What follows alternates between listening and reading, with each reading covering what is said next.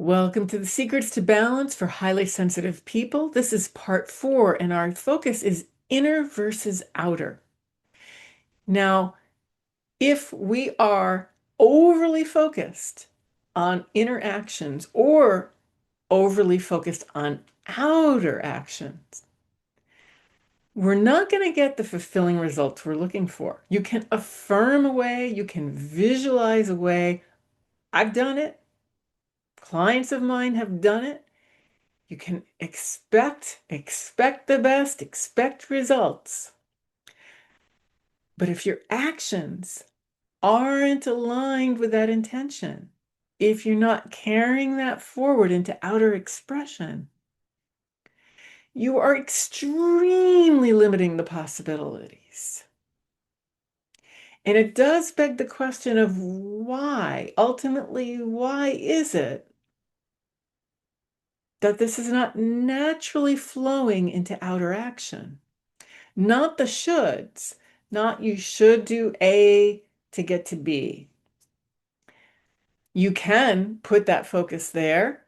Again, I've certainly done that. We may have in certain situations, right? Everybody has their tendency to focus more inwardly or more outwardly. You also may have different tendencies in different kinds of situations.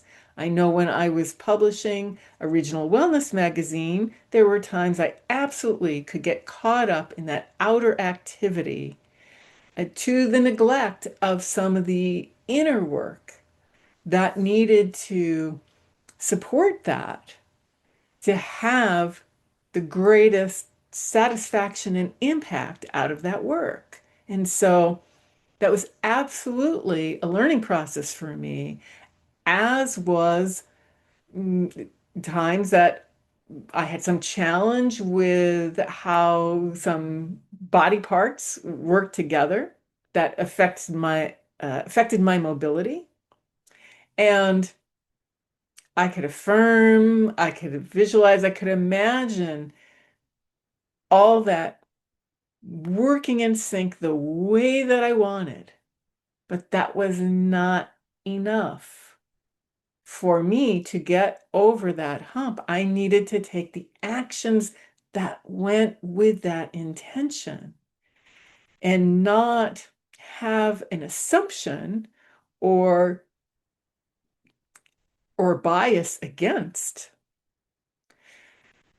actions that resonated with me, that had I opened to sooner, I perhaps would have had the results I was looking for sooner instead of the much later that I now have by having the the type of physical therapy. I don't have the exact name. I guess I would say sports medicine, right? That is in resonance with my nature and my needs. So it's not just, well, you should go do that. Well, everybody knows you would go do that, right? But it's that meshing of the inner and the outer.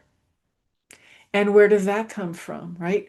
Our our soul, our subconscious, those are key components. And also the forward moving action, the guided action. And that is why I use the Soul Spark action method in my Flourish Your Purpose Essential Evolution program, so that you move into that synergy more and more clearly and have all the forms of support for that. So, for example, right, you could, in one client, beautiful artwork, wants to show it, wants to get it out in the world, knows exactly what to do that,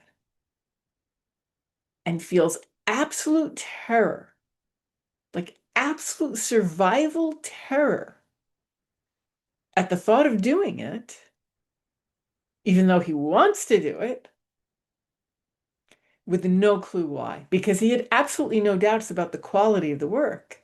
And it was beautiful, amazing work. And so through our work together, he made the inner shift and then took the outer action, got that show set up, sold tons of artwork, continues to share his work publicly. In another case, a client who had steps in mind to move out of his hospital work and into alternative healing, but he couldn't really get himself to follow through because of the inner work that needed to happen.